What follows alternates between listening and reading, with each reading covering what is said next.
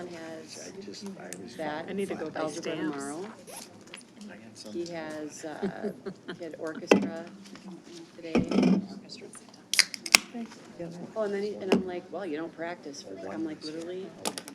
Because I ran. You should have all your materials. All right, we'll see how it goes. This one, you should have it in there. Is that what do not schedule? No, that's what. No, I put it on there so I didn't have to work. Tomorrow she has Chem, Almost? AP Hug. You can't. What's the AP Hug? Is that That's your Geo? hug. Yeah. So Colin has that too. Are they in that same, are they in the class together? Take passion, she has Spanish. Spanish, AP Hug. He had Spanish today. So, okay. Randrup is, All right, she's a goddess. She really is. welcome everyone. The light is on, so we are live. We're here today to talk about boundaries. And thank you all for being here today. I'm being told I'm too far away from the mic, okay? Make sure you're close to your mic when you want to talk so we can hear you. And I think I'll just go ahead and turn it right over to Kristen. Thank you, Chair Stivland. Today, the work session it relates to a discussion on boundaries or future boundaries or what we're looking at from the school board as far as guidance as when you want to have things happen. Just a little bit of history for those of you that weren't members of the board the last time we had gone through this process. It was during construction from the 15 bond. We were in a grade reconfiguration change, and we were also closing 3 schools.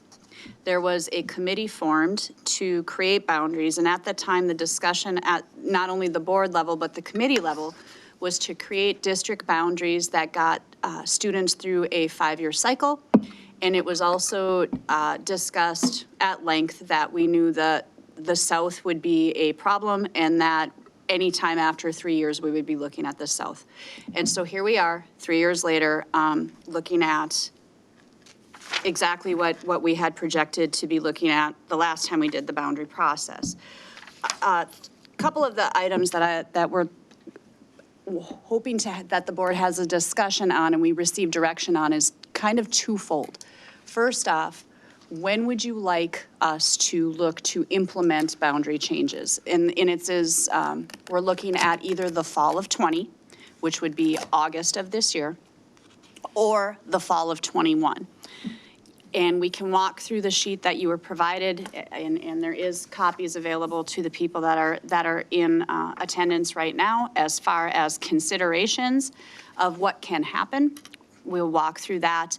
So are we looking at 20? Are we looking at 21?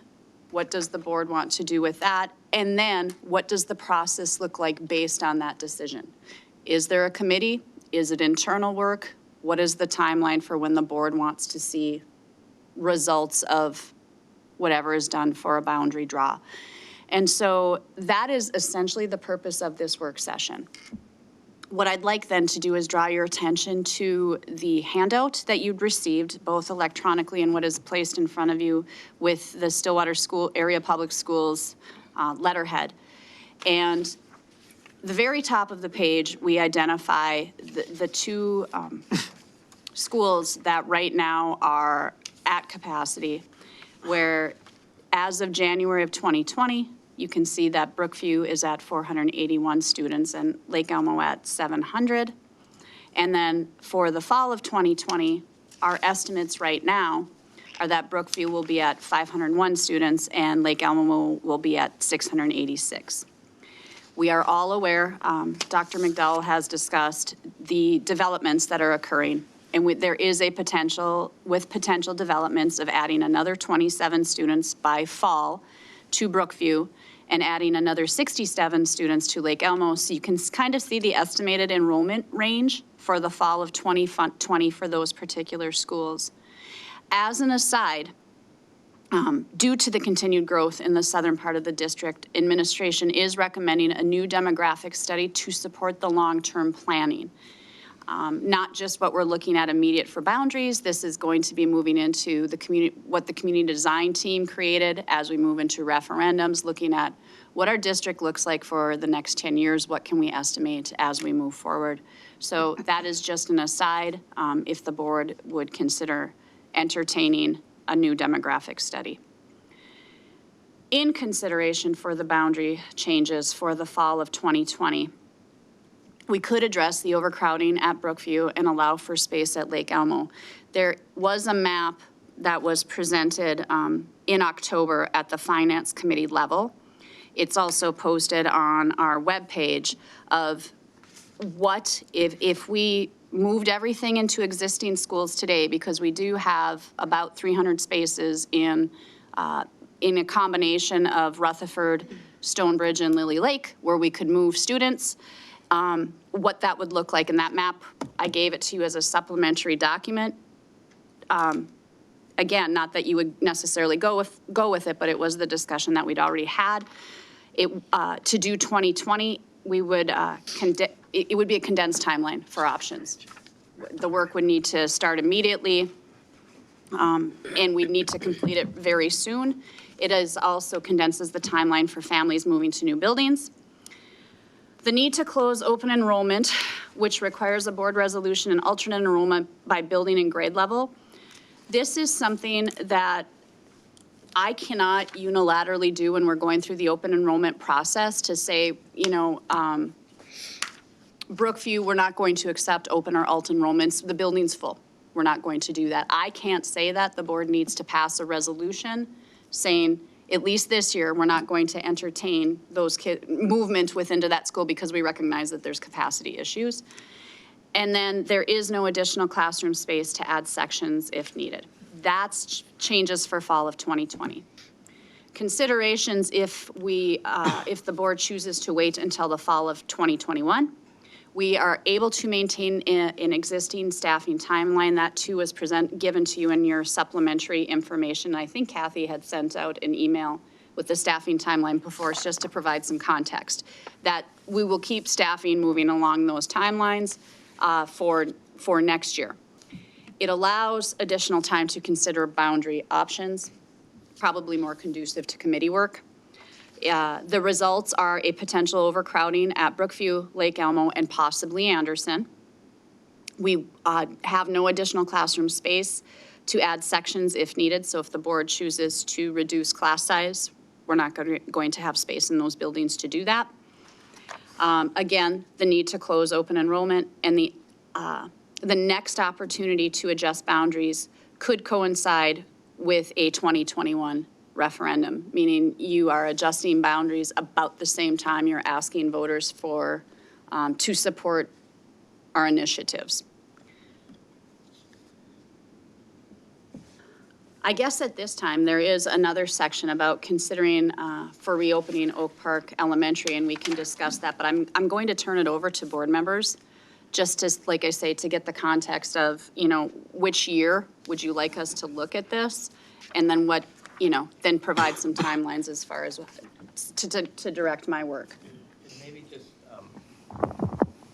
just to clarify, as you're going through the numbers that Kristen pointed out at the top, those are the extremes, right? So it's not this is what we know is coming in. This is if it all filled out, so across that Brookview line, based simply on numbers. If all of the anticipated homes were built in time, this is what those homes would generate at that fall. So it's really kind of an opportunity for you to say, here's what we're willing to take a chance on. Well, it isn't a for sure thing. The same for Lake Elmo with that 67. It's simply based on what our best guess is the maximum number of units would be built, then generating a maximum of 67. I mean, so that's where we are with that. It isn't a for sure. The second piece, and we talked a little bit about this morning at the chair superintendent meeting, is that when we have the terms like overcrowding and at capacity and things like that, there's always the option, depending upon what the capacity for the board to want to take an existing space and further subdivide it temporarily, right? So you take a building or in a space, and if you use Brookview as the example, there are spaces that are currently not designed to be classrooms. And if you had to in a short term, could you repurpose that to make it a classroom app? You could do that. I mean, we've done that in the past with other things. So it really isn't it isn't a do this or do this or. It's really, here's what the next 2 years' options are, and then whatever's decided, we're just going to have to figure out inside of that sandbox how we want to mitigate anything that happens. If we get a large group of kids at Lake Elmo, then we got to be okay with what the limited options would be until we get to the bonding or other buildings. If that makes sense. Go ahead. Yep. Have you run any numbers for estimates of what fall of '21 might look like? Yep. You're talking specific to those I buildings? guess these two. So again, I'll preface it with the best that I can do to run numbers is to take the number of units that the developers have agreed with each municipality that they think is coming in, and then try to backtrack based on the yielding percentages. So if I look at, right now, if we're looking just at Brookview, it looks like for '21, there are a potential of 6 developments that could be in place, generating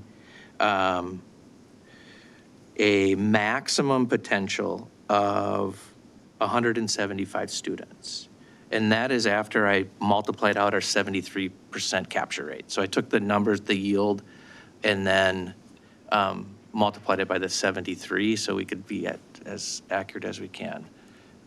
Is that, for where is that? That's Brookview. Now that, again, so I say that with caution in terms of it's a lot of, the number's huge, right? But the assumption is that's your extreme end.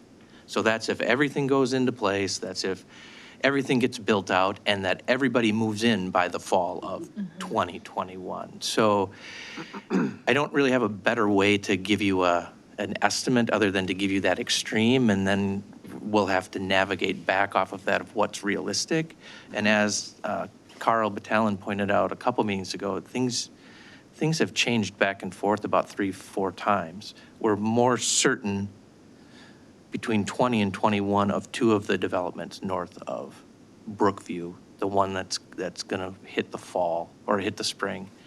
But out to 21, the best guess I can give you is that the 175, and then it tapers off. And the reason that number is so high in 21 is because right now, their build-out is expected to happen sometime in 2021. And then the subsequent years, the developments for 22, 23, 24 are much smaller in what they're expecting are going to build out. So there's a lump in there of a larger grouping just generated from the build-out. Lake Elmo is more consistent. What Lake Elmo continues to tell me is that they're building at a rate somewhere between 200 and 250 homes per annum, so every 12 months. So if we look out to if we look at every year, if you take that figure, there's about 1,200 units left of the current developments to build out. And so if you simply I took the average of 225 right in the middle. If you take that per year, that works out to be about 67 kids a year. So if they continue to be 200 to 250 units, and the reason that I took the average is because we don't know the number between the townhomes and the number between single-family homes. And so each of those types of units generates a different yield. So my best guess is a consistent 67 kids a year is what to plan for at this point. Okay. So that would get you then out again in 2021 to a maximum of 67 on the average. And then if you went to the maximum number of 250, that puts you at about 75 from that, again, that extreme end, if that's helpful. So back to the bullet point of, this is about as detailed as I can give you. If we want to get more detailed moving out, we're going to need to consider a demographer to come in and redo based off of what we now know down there. Sorry, just a quick Go ahead, follow-up. you can just talk freely. Are those numbers K-5? Yes. Or okay. We've stayed consistent K-5. The reason is when I checked on our latest 2 demographic reports, that's what they based their numbers on. So I didn't want to skew how I was calculating it in comparison to how they did. So that's the other piece.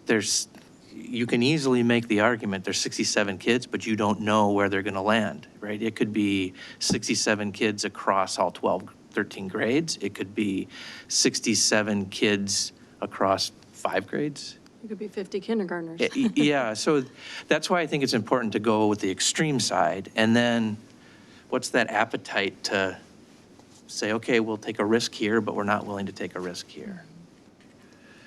So can I piggyback on his quickly? Yeah.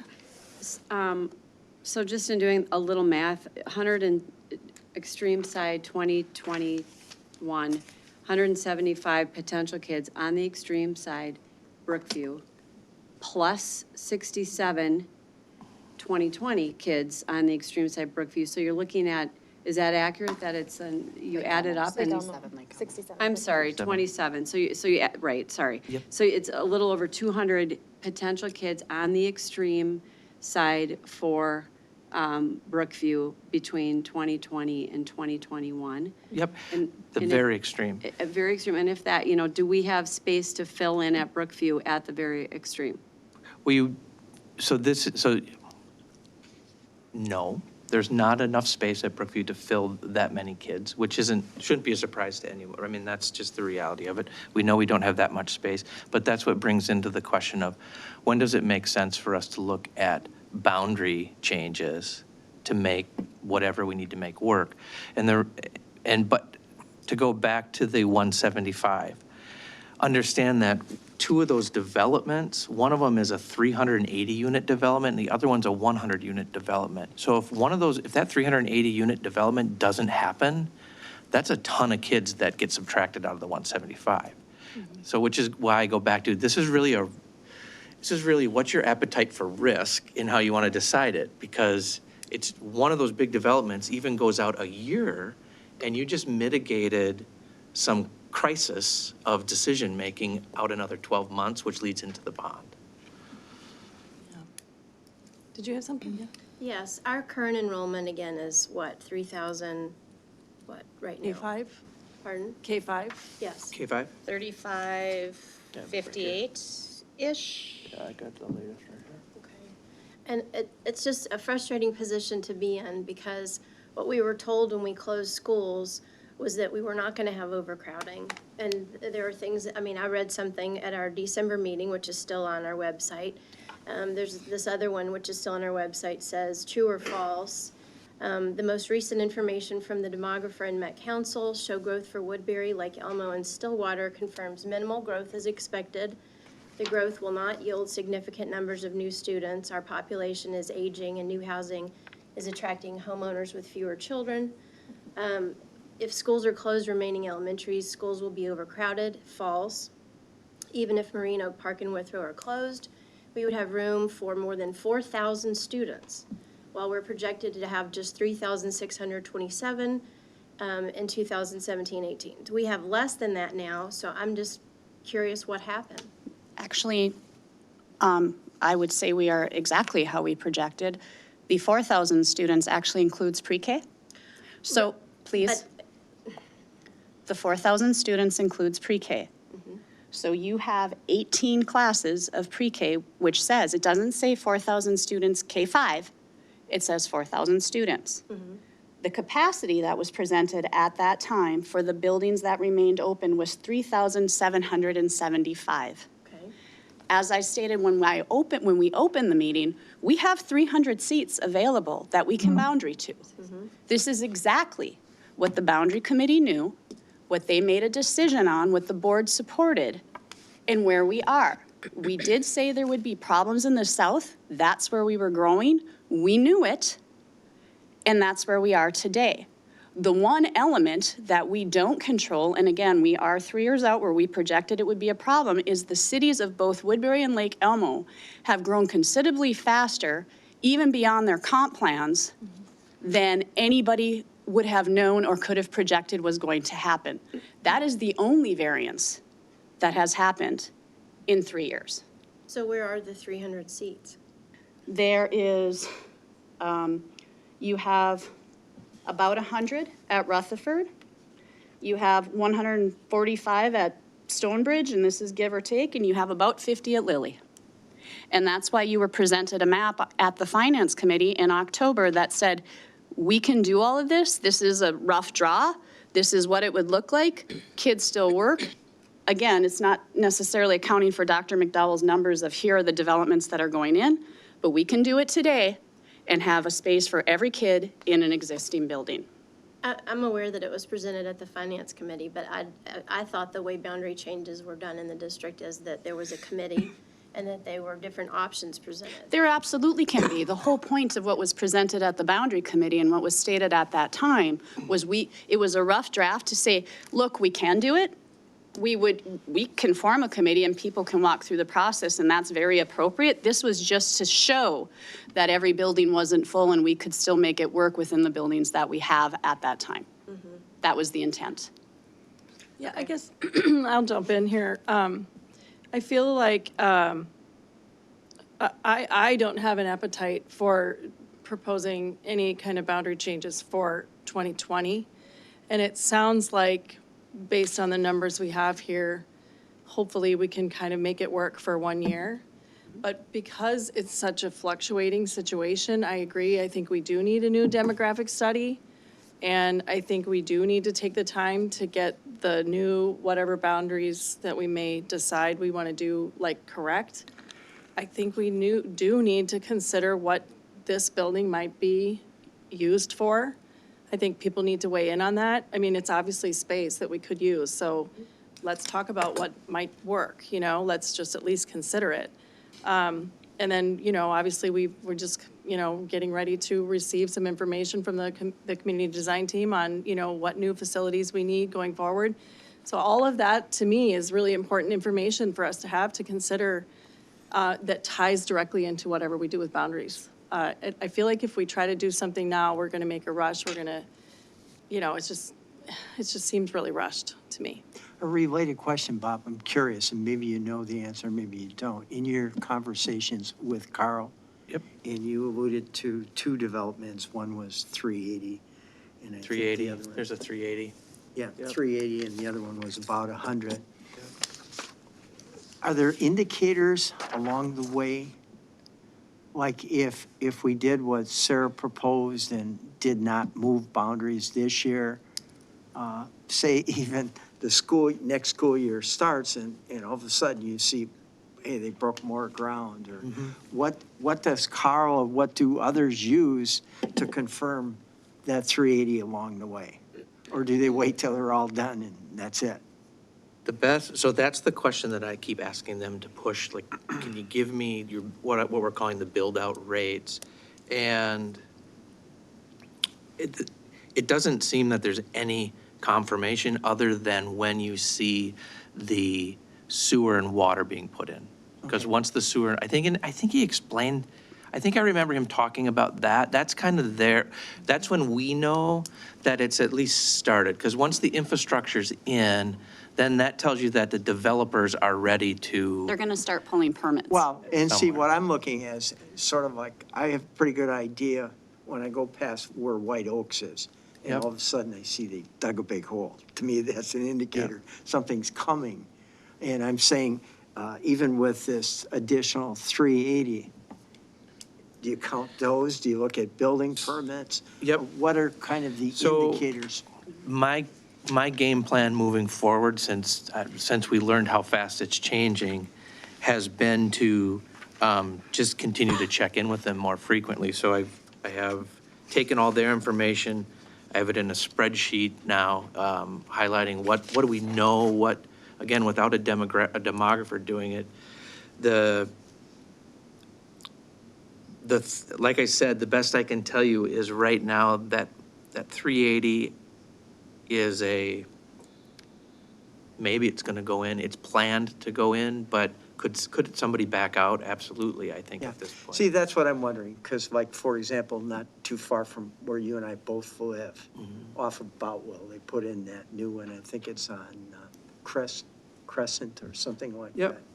that. And I walked that, and it's platted. Yep. Well, that tells me something's coming. Yep. Now, I'm saying that's one stage. And if you said, well, they got 380 holes dug or something like that, that's another stage. But to me, that would raise our alarm or say it's got a ways to go yet. Yep, I would say in that area, Brookview, so Carl talked a little bit about this. There's the Maplewood development that's just northeast of Brookview. I would say that's your for sure. That's going in 2 stages. That's going to be a combination. Well, that's what we typically, those are going to be typically what we see as developments of townhomes and single-family homes. That one seems to be pretty for sure. We know that the multifamily development,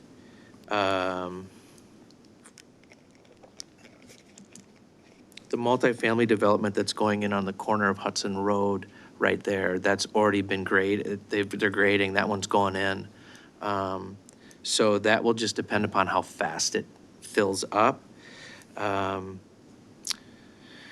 Then there is another one that looks to be about 200 potential, but only 100 to be built out. That's calculated in the number that I gave you. By 21, 100, and then another 100, but that one is the one included in that 280 that if it goes, Right. you'll have it. So, but we're fairly confident by 2020 that those high ranges are the highest we would go for 2020, right? It's my best guess. So I think we're getting maybe going a little ahead of where we need to be. Because I think to reiterate, what you need is there enough of an appetite to really look at 2020? Or is the board saying, we think we can make it work with these numbers, and then you'd need to know the process? That's the first decision. If Yes. the board can say tonight, don't worry about 2020, let's keep going and we can go down that path. Thank you for the information that you presented on the capacities at Brookview and Lake Elmo. And also, I was not aware in the past that the board had to actually do a To close. Resolution. resolution to stop any enrollment. So, for instance, Lake Elmo in the past had over 900 students that could have been halted before it got bursting at the seams as it was. I guess I'm not interested myself in boundary changes now. I think it's a little premature because we still have such a big plan to develop, and I don't want to have another boundary change soon after that. But I think I would like to entertain the idea of what is max capacity, that we maybe would like to do a resolution to stop increasing enrollment so we don't get to that point of things being uncomfortable in those schools before we're ready. Absolutely, and just realize, if a kid, though, is zoned there, they have rights to attend there. Right. It's the ones looking to get in that aren't zoned there. Right. Okay.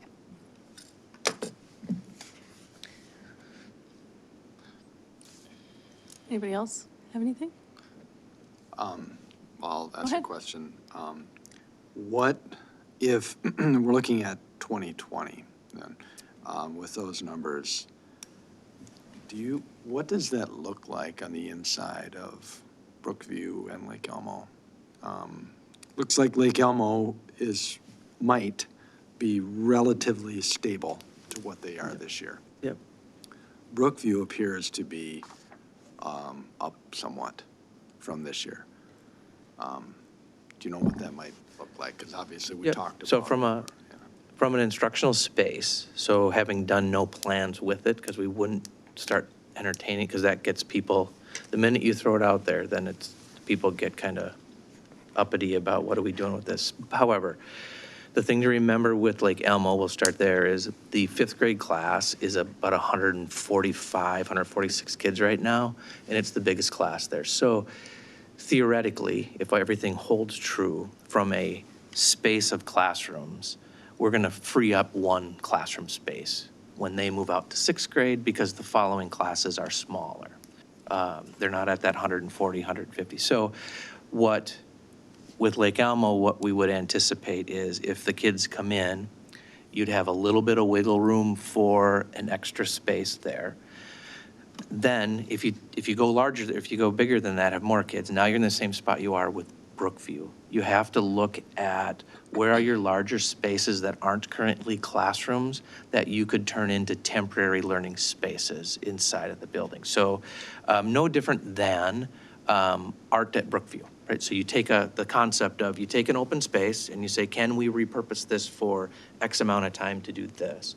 So Brookview, you have, the thing with Brookview is you know that you have the open learning spaces between the classrooms. I have no idea what that would look like until we would go in and look for it. But my guess is that that's what we would try to figure out, is how could we build an extra learning space inside of those common spaces to accommodate a section's worth of class.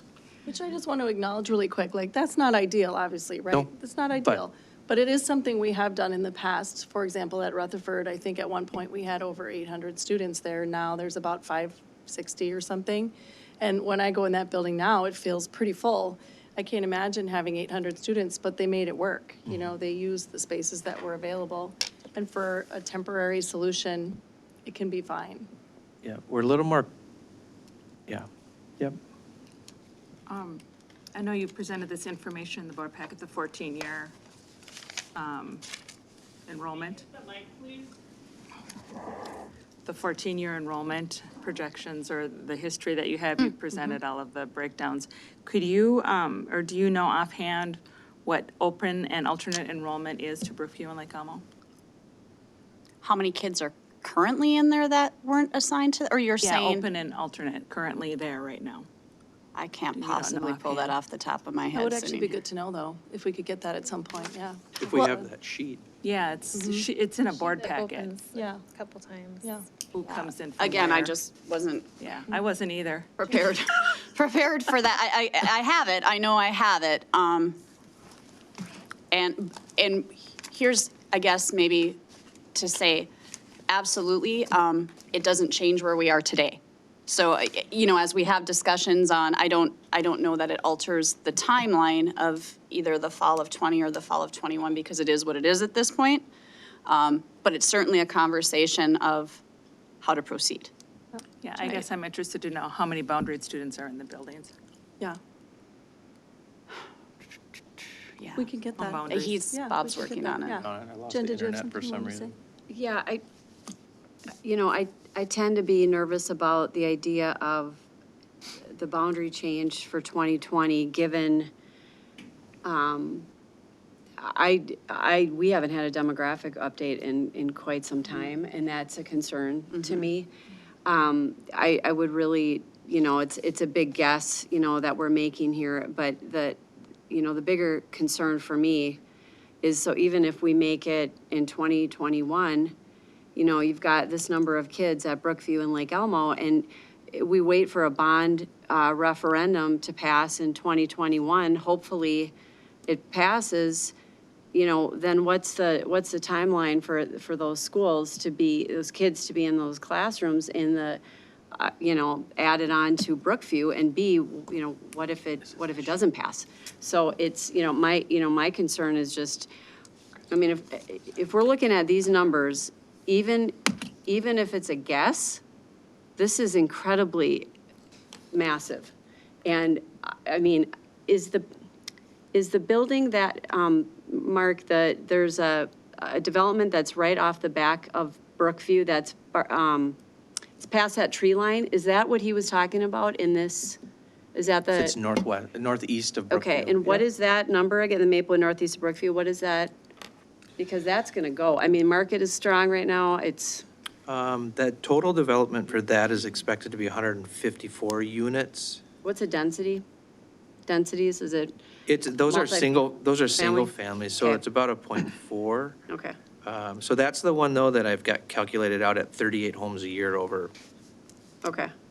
the plan. Is that what they expect they can be built that Yeah. fast? 'Cause They- I thought it was That's lower. that's the, if you remember Carl's, his presentation, he said that first year you can expect 2 to 4 homes as the model goes up, Right. and then they'll hit their build-out cycle. So in my conversations with them, we've calculated like 4 to 6 homes in that first run, and then it'll hit at, if you divide the rest out, it'll be like 38 homes a year. Okay, So again, it's all assumptions, but right. Well, that's good to know. It's only 38 homes in a year, in each place. But the one is an apartment building or something, right? So that would happen, that would that's the probably go one faster. that's basically the one that's on the corner of Hudson Road Right, and that the okay. multi-family. So that's the one that's bigger and that could actually happen faster. I guess I would like to know from the board, if you guys want to weigh in, tell me if this is wrong, but I'm kind of getting a feeling that there isn't really an appetite at all for looking at boundary changes for 2020 at this point. Do you Does wanna anybody raise weigh in hands? on that specific question? Yes or no? Talk about, like, the boundary changes for 2020 are pretty much, I mean, I've heard from some people here. Did you want to speak to Well, that? there's, I guess one thought, and I think it was stated in this, is if we do talk about boundary changes in 2021, that of course coincides with when we're going out for a bond and levy referendum. So we should consider that too, how that could impact our efforts to have the public supporting us when we're having potential boundary changes. Well, and if I Something may, interesting to think about, yeah. along those lines, I think the most tempting right now is say, leave everything still till 2020. One. But I think if- 21, or- 21. Yeah, but put yourself in the position of a parent who's trying to project and maintain stability. Would it be better to know sooner? Or do you kind of leave it static and then a year from now, then boundaries change? Right, and because that's a concern of mine. Yeah, We have, I have some who think are- parents, we've gotten some parents who've expressed that. They haven't worded it exactly like that, but I think that's what they're talking about. right, and that's where I think, for me, I would want a little bit more time to know what's coming, where it feels like the timeline might be so tight right now that they'll be finding out late. And I don't know if we've done boundary changes close to bond and levy before, but the decision would be made in the spring, right? So people would be transitioned into their new schools before we actually go to the polls, right? It would, it just, sometimes there's angst. That's all. I would like to go back, thank you Bob for pulling this up. Attending from within the boundaries is 434. From Brookview. Yeah. That was October. One other kind of, and again, I don't want to go too far in that, but I have looked at like safety valves, or Jen expressed her concern of nervousness, what if you get bigger numbers? It seems to me two equal kind of goals, and I know one's not on the table now, but is the idea sometimes what probably is a safety valve, at least for some numbers, is kids who qualify for the GATE program. So they leave their home school, and especially, I don't know what the percentage of those might be at Brookview or at Lake Elmo. But I think there's perhaps more room still at Stillwater Middle School. So if you're going to keep it there, does that offer any potential for kids? I would say not particularly in looking at this year's numbers, in part because there are currently 7 students that are boundaried for Brookview that have chosen to attend GATE. So it's 7.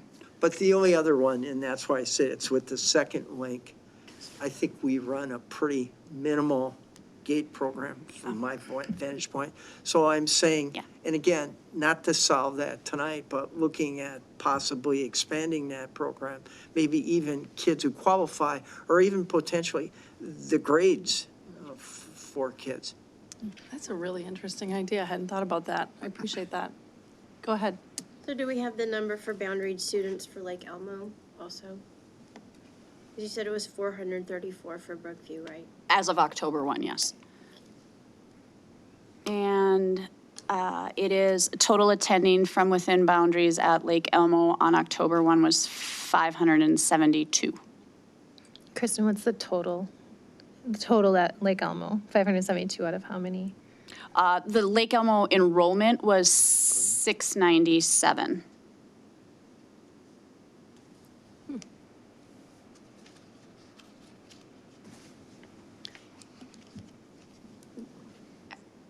Yep. Have Go we ahead. ever closed off an open enrollment or alternate enrollment historically that anyone can think of? Is that something we've done? I think we've had to close sections, right? I mean, that's something that, Certain fifth grade grades. is full, we can't take anymore. And that's what alternate really is, right? If there's space, we'll take you. I think open, don't you have to by state law? That's what I'm the- talking, you have so to it's the pass. open. It's the open. And we could, because I think, if I understand the law correctly, you just have to provide them space at a school in your district. That's correct. It doesn't have to be that school. That's correct. That they want to attend. Yes. So just to piggyback, because it's here and it's come up here and there, for a long time. The considerations for reopening Oak Park Elementary, I guess I'm curious of people's thoughts. We've got transitions currently at Oak Park, and that's something that I thought we were going to try to make improvements to. What are we doing with those students, young people? And I thought central services, I thought admin was going to go over to Oak Park, so what happens to central services? Or that move? And then what is three, and I don't know who's going to answer this, but what is the CDT? Can someone talk about that from last night? I wasn't there, but I think 4 people were there. And then also, what, Superintendent Pontrelli, perhaps you could bring this or answer this. When Bold occurred, the recommendation that the board effectively voted on, it was my interpretation that the rationale for Oak Park, in part, was because it was one of the lowest capture rate schools in the district, meaning the students who were assigned to Oak Park, for whatever reason, didn't attend to the level that was sustainable. And then subsequently, we had to kind of the district at the time had to fill it in with the other programs, such as, ASD and Gates, where my son attended. So I guess it comes up. I think it's time to just, hit it, because we can't continue to delay these conversations. I mean, I guess I'm just curious as to, what would happen then if we reopen Oak Park as an elementary school? Have we talked about what happens at transitions? What would that mean for open enrollment, alternate enrollment? If kids are not, for whatever reason, wanting to attend that school, would we have to close off? Would we have to not provide that choice for students to consider another school? So I would say, because I want to have those conversations, and I think we should. I think for the question tonight about 2020 or 2021, and then I think administration really wants to know, based on that, what's the process that the board wants to see for the boundary change? Do we want a committee, or how do we want that process to go? I think maybe that, I do want to talk about that, but I think for being able to help them know what to do. Yeah, and I'll just jump in too. I really appreciate that, both comments. I feel like one of the goals of having this meeting right now is to provide some clarity to our community and to maybe provide some reassurance for those who may be thinking, oh my gosh, I'm going to have to deal with boundary changes right away or something. So I feel like we do need to get some clarity around whether we're looking at boundary changes for 2020, which means a very tight timeline and maybe fewer options, or whether we say, okay, we're going to try and make do as best as we can with the spaces we have and for 1 year, and then we're going to go through a comprehensive process that really does dig deep into what all the different options are so that we can, make the best choices for boundary changes looking at 2021. And if we start talking about it in a realistic way now, then people will say, okay, we know it's coming. And then we can talk about what the process should look like. Because I believe, what my experience with boundary changes is, it's a pretty comprehensive process that allows a lot of community involvement, community weigh-in. You hear all about it for a long, long time before the actual change is made. so. And, maybe we and can I, talk to that. I do, I agree. It just, someone did bring it up earlier, so, and it's in our packet of information. So we're either going to hit it or we're not. And I think it's all part of the discussion. I still want to know, because it's here, we're staring at it, considerations for reopening Oak Park Elementary is part of our conversation for tonight. So what was the CDT recommendation last night? These people have put hours of their life into this work, so what was their recommendation? They're preparing their Okay. presentation. They'll be presenting to the board. Okay. February 20th, I believe. Is that right? 13. Is it the 20th or the 3rd? No, we don't have the anything on the 20th. 13th. Okay. It's the 20th. Yeah. Yeah. Like I said, I'm in favor of the demographic study, so, for sure. Yeah, I think that's good. I'm glad you said that too. It sounds like that's something we need. Since you brought it up, I really want to make sure we get one that we know we can trust that's really timely. Because it seems like some of these demographic studies are kind of more 20 years out, trends of aging and population changes and stuff like that. But what we need is like up to the minute, day-to-day updates on what's happening in our community. So I'm not sure if that's a demographics reporter as much as a population, Right, I think it's. update. Bob can, because he's been living the demographic. He's doing a pretty good job of role. it, I think. He's done a great job. The reality is that no company that you work with is going to give you the day-to-day. Just because what we've shared with you here today, what we're trying to give you is the plat plans, when they're estimated, but so much of that just depends on the economy, to be honest. I think things will probably be pretty strong through this next election cycle. And when people are predicting a recession at some time, I would think that most developers are going to say, okay, let's get people in here. So there really isn't anything day-to-day other than you've got the best day-to-day sitting at the end of this table. I mean, that's what he's doing, is updating week by week.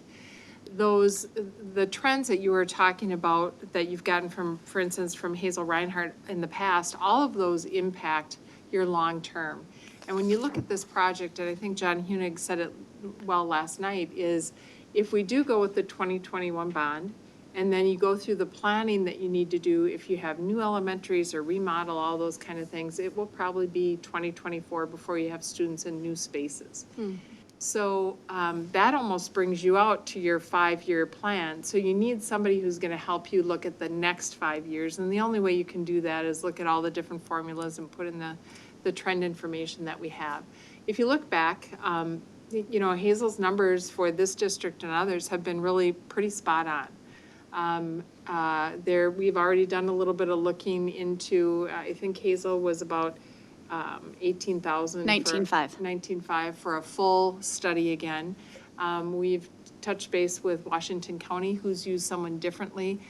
They are looking at even a larger, I think close to, well, I won't even guess right now because I don't know how public that is, but they're looking at a huge bond referendum for the district. And so they used a company that is out of Texas. Out of Texas, Davis. Yeah. Yep.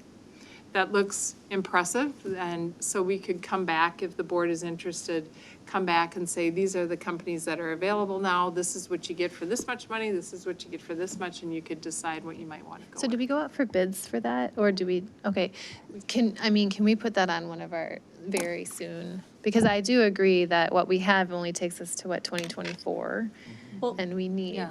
beyond that. Do you need board direction to be able to do that? Don't you have that? Well, authority? actually, it wouldn't be bids, it would be quotes, which I actually have, because Hazel was my charge, so I actually have Hazel's proposal again, and we have her report, so we know what that looks like. So then it would just be the quotes that we would get from other companies and what their material looks like.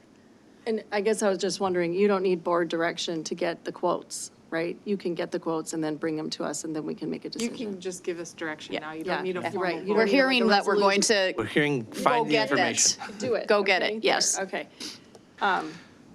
Yeah, I think that's something we need, right? At least we can look at. Can I Yeah, ask go a ahead. question? So, timing, concern about the timing of it, how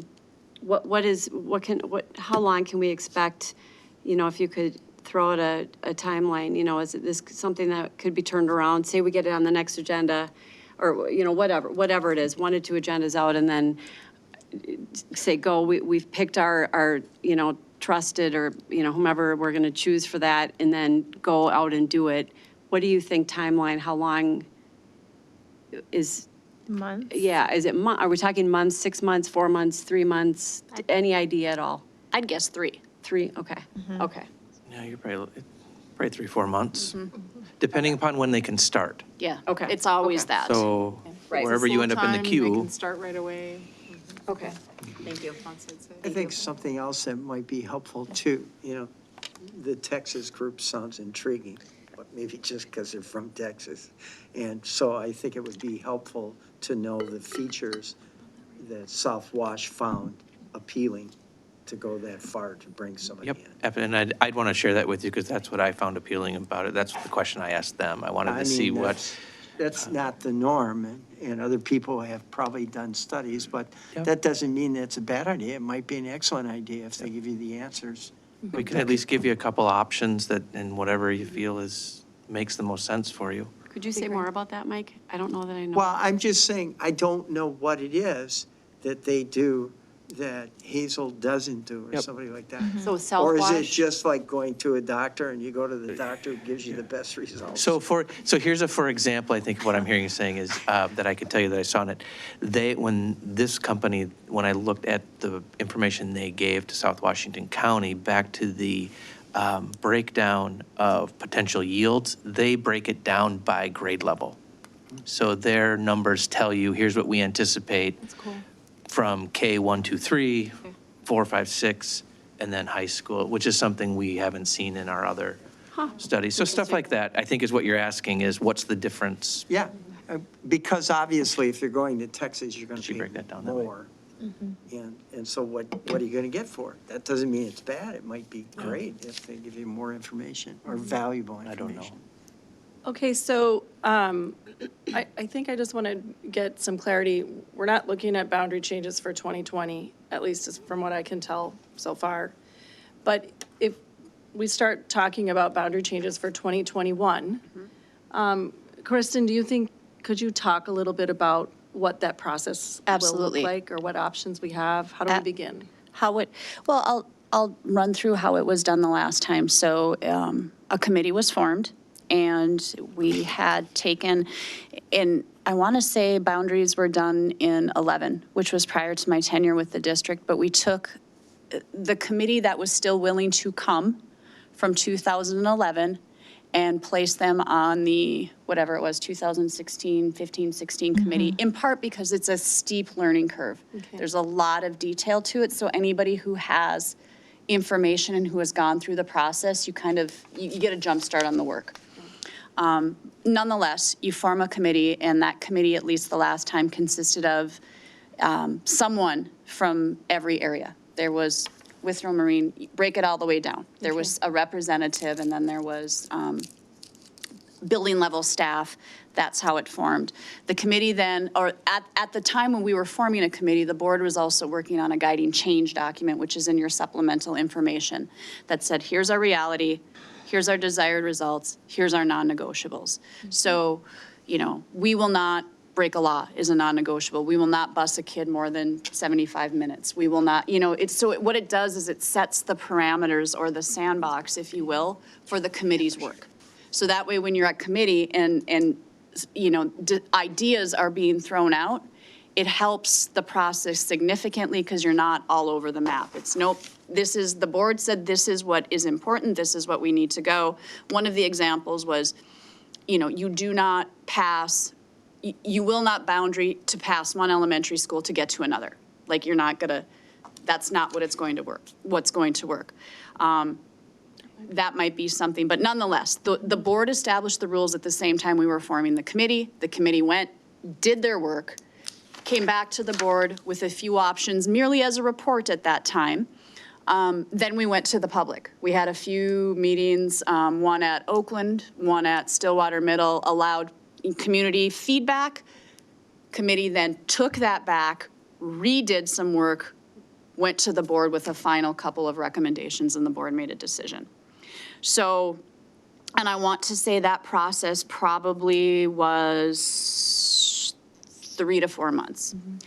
So now, if we're looking at 2021, it would be helpful for me to know when the board wants to be having that conversation about a final boundary decision, please keep in mind that today is the deadline for open enrollment, January 15th. So that paperwork's already in. Kindergarten orientation is in February.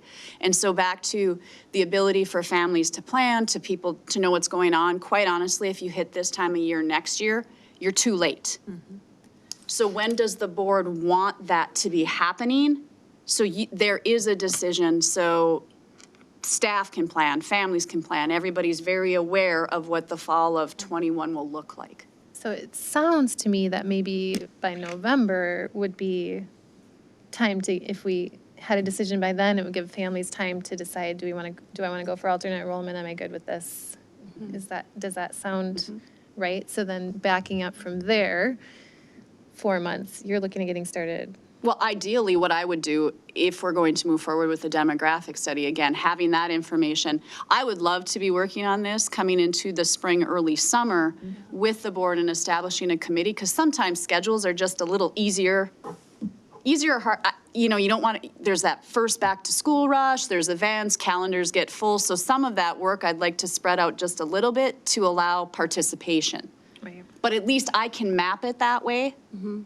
You know, if I have, the board needs it by this date, then I can backwards map it into knowing what that's going to look like. But ideally, you guys are setting a guiding change with maybe some demographic information late spring, early summer. Thanks, okay.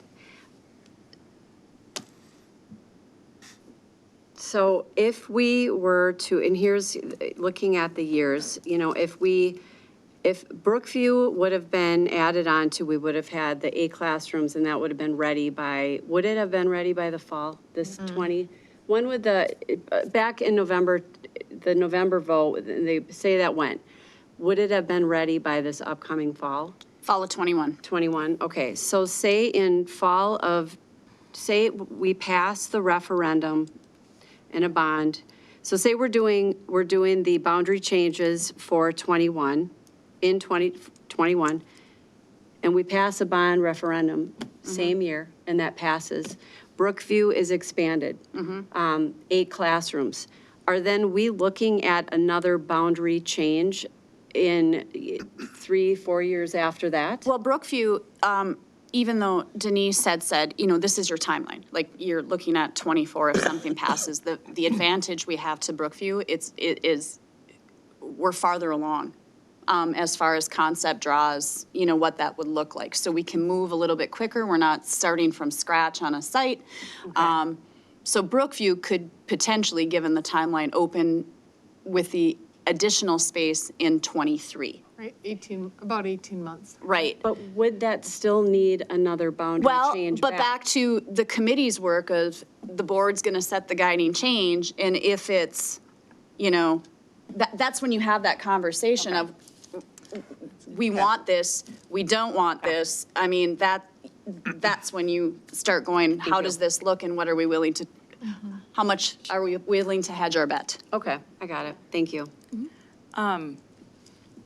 So the CDT is coming February 20th.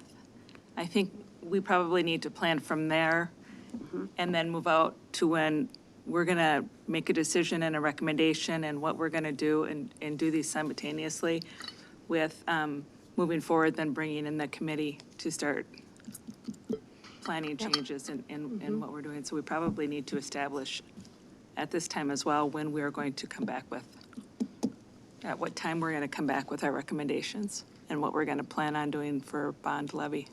Right, which, Yeah. sorry, I think we come after the demographic study to make sure we're on the right track with what's Yeah. the recommendation. We're going to need to be doing all of it at once, I think, Liz, and then.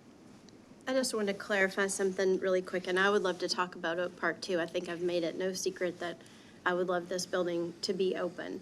But one of the things you said, Jen, is that Oak Park was closed because it had the fewest students from attendance boundaries. That's why we had to put ASD and GATE. I think it was the other way around. I think because GATE and ASD were both there, that it had less room for students in the attendance boundary to go there. I was a long-term sub here, I and in don't know the that- I don't think fourth that's right. grade, we had each had 33 students in our classroom. So I don't think that it was, I think it's Well, because of those I spaces think we being should full. ask, I don't know, do you want to clarify that? I can answer. Well, what I can say is based on the enrollment report that Tina, that we were talking about earlier, based on that report, the capture rate of who was boundaried in that area to who attended the school in that area, Oak Park was one of the lowest. It was 50-some% is what I'm saying. Right, but I'm saying space-wise, it was limited because Gate took up space and because the ASD program took up space also. Well, I think it's close to St. Croix Prep, so I mean, that's certainly a big competitor. Well, And I think- we had large class sizes But, and you know, only two I think sections. all of that is interesting to talk about. I don't know that it really applies that much right now because we're in a different time frame. We get, so everything's different now, right? And we're, Yeah. so did you have something you wanted to say, Mark? Are we done with that question? I guess that, No, it was just a comment. okay. Yeah. Well, I just wanted to follow up, I think on Tina's comment that the timing then, before we get the committee together, we as a board have to have our decision as to essentially what the bond question is going to be, I think, right? So that means this spring, we have to put that together. Yep. Yeah. We have a busy few months ahead of us. So just to recap, what I'm hearing is plan on 21. Yeah. Based on that, I'm going to, and the goal then would be committee work or the process to look similar as to what it did last time with a recommendation, a final recommendation coming to the board in November of 21 for boundaries estimate. November of 20, right? Oh, excuse me, of November of 20. Yes, I'm sorry, yes. And that the board can then plan on some form of a resolution coming forward to them for action for this next fall as it relates to Brookview and Lake Elmo. Can I just interject something on that, Chair? Yes, but I guess, again, for me, I remain concerned that we haven't had an updated demographic study in a long time, and I am concerned that what if the demographic study comes back and says, no, Brookview that area is even more aggressive? I'm very concerned about that, so Well, I think that ties into the bond. I mean, I think it's all going to tie together. Right. It's all about timing of everything. So we've got growth happening. We don't know exactly where and when. We know we're starting to get inklings. We obviously need more space. So we're working on that. But in the meantime, we got to figure out, how to manage what we have. And it's all got to go together, I think. And I think you're right. We do need the demographic study. I think we all are in agreement that we need that, right? And yes, right? it's hard, no one wants to move kids. Certainly not me, but I just am so worried that, they're going to come back and say it's way more aggressive than even your numbers. And I can't even stand the thought of that school being more, Right, it's concerning. which hopefully, if we're doing the demographics to help us know whether the long-range plan is good, while we're preparing to do boundaries, we should have the demographics back before we have to start the boundary change committee, right? Or at least you can start forming the committee, but Yeah, form the committee meeting dates, yeah. but they would have that information available to them, and we would have it available to us as we are making, our final decision on what the bond would look like. Right, kind of in tandem. This is very quick, I'm sorry. Yes. If we did do a resolution to say close open enrollment, that wouldn't be retroactive, and we would not be kicking people out. No. Okay, I just wanted to make that clear in case people heard that and thought, It would set the parameters for enrollment for next year. right, thank you. Okay, thank you. I have to apologize, everyone. I need to leave to go. There is a 9:16 board meeting at 6 o'clock. I need to leave, and I'm going to leave the rest of the meeting in the trusting hands of Director Pearson, and I will look forward to talking to you all more about this later. Thank you so much for the great conversation. Thank you. I appreciate it. Can I just add something real quick here? To kind of piggyback up on your comment, Jen, Bob kind of laid out the max numbers or the highest numbers possible up until that point, but I think we just also have to be realistic about the fact that we don't know what the market's going to do over the next 2 years. So I you don't have a absolutely lot agree of with that. control over I completely agree with that. I that just. far out. And I understand your concern about, we don't want to move kids more than we need to, or more, Right. so I agree with that. And so the demographic study should give us the information that we would need to know what the bond needs to look like, which will help the boundary committee know how they should move things. And they can take into consideration, right? Like, this is what we're going for in the bond, but we know and they'll know, we don't know that it will pass. This is where we're going. And I think in the guiding change for last time, it was a possibility of what might happen. So some of that's probably going to be the same. We're not going to know everything, but hopefully that demographic study will help us be able to make a recommendation for the bond, and will help the boundary committee kind of know what direction we're going to go.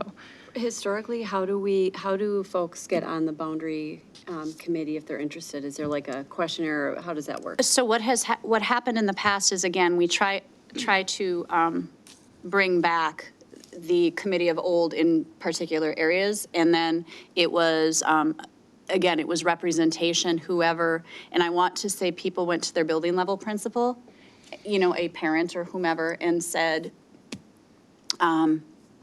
Dear Mr. Gordy, I have interest in this. Okay. Mr. Gordy reaches out to me and says, hey, I have a few parents that would be interesting, and I'd be like, send one over. So we have representation as a whole at different grade levels, and then, like I say, we have a lot of history there too that can. Okay, thank you. Good. I assume that Brookview and Lake Elmo are the two pressure points in the district, but I just wanted to make sure before we leave and say, yes, 2021 is the year.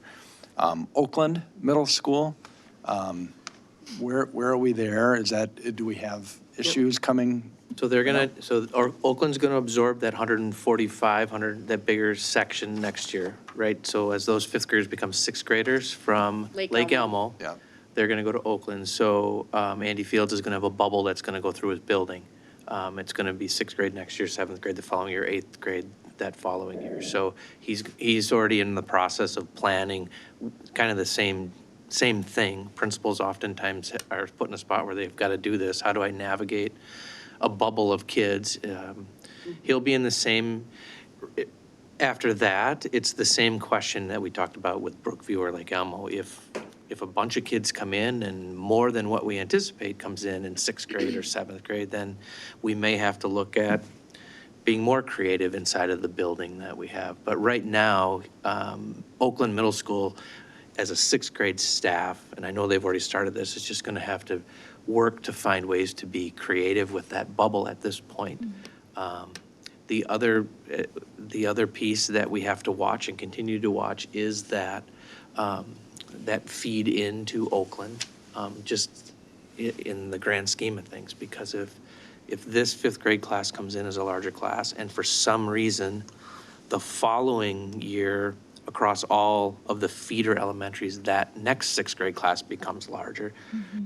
Now we've got more than just a bubble. We've got a change in trajectory. And I have talked to some of you randomly, like we could, as a short-term solution, and I don't know if I'd do it for a year, you could say, well, because Anderson is a smaller school as far as a fifth grade class, you could take Anderson and say, okay, instead of feeding to Oakland, you're going to feed to Stillwater Middle. You relieve 60 kids pressure.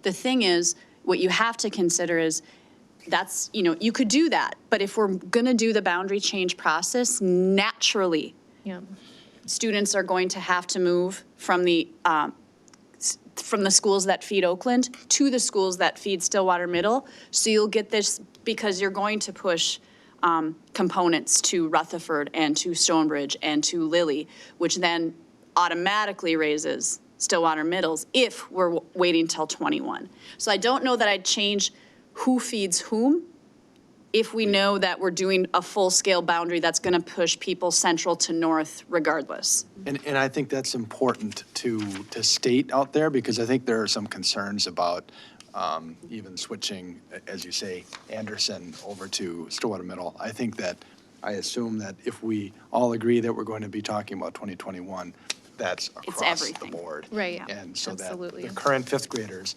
know that they're going to be going to the middle school where they thought that they'd be going to next year. Right, where the current fourth graders may not, right? That's we don't the, know. right. Well, but then they would be going to a different elementary school. I mean, that's the thing. So it's an all over. If we're gonna do boundaries, we're doing it, which naturally changes, then we're doing it for the whole district. Right, right. Mike, Is did that you- why those 170, 80 kids are at Oakland, is just stability year to wait and see what happened? Well, again, yes, that's what is naturally going there because that's how the feeders are designed. I don't know that you have to change your feeders because you don't want to change them only to change them back with agree. a district-wide agree. boundary Yeah, change. and that's my question. And I think that's what went into your reasoning. Right, right. If it's a bubble, it's a bubble, and otherwise it needs to be part of the boundary as a larger discussion. Because I'm saying strictly geography, Anderson's not that far from Stillwater Mill. Oh, absolutely. Yeah. And what I would say is, if we weren't going to be doing boundaries for the entire district, I would personally stand here and say, let's get those 60 some odd kids up to Stillwater Middle. I would. But seeing we're doing the change to be effective in '21, I hold. I mean, if we're holding on the elementary, hold. Because you'll have multiple transitions at a small condensed grade level, and I'm certain that, But that kind of reinforces the whole idea of not changing boundaries for 2020. well, no, because what you would do is if you did change boundaries for 2020, you would adjust all of your elementary schools, which would make Oakland smaller and Stillwater. So Kristen, when would you anticipate bringing the guiding change, that the guiding change would need to be passed by the board? What I would ask the board is we can start working on it, and then you can wait for the demographics. So that's just the one little piece that, that's hanging out there. Or I can wait until we have the demographic and then then it's going to be a work session to probably tackle it all at once. So it's really the board's pleasure on how you want to approach the guiding change. Okay, Take your information today, everything that you've shared, and kind of lay it on a calendar for you so you can look and Perfect. adjust. okay. So you'll work on getting some demographics. Demographics, and I'll work on kind of updating a guiding change. We had, just for us, and it's probably going to look very similar to what you have, and then we'll just, you can start making adjustments or getting your thoughts together around that. Does anybody else have any questions or anything else around that? Or is there anything else you need clarity on? I'm good. I'm good.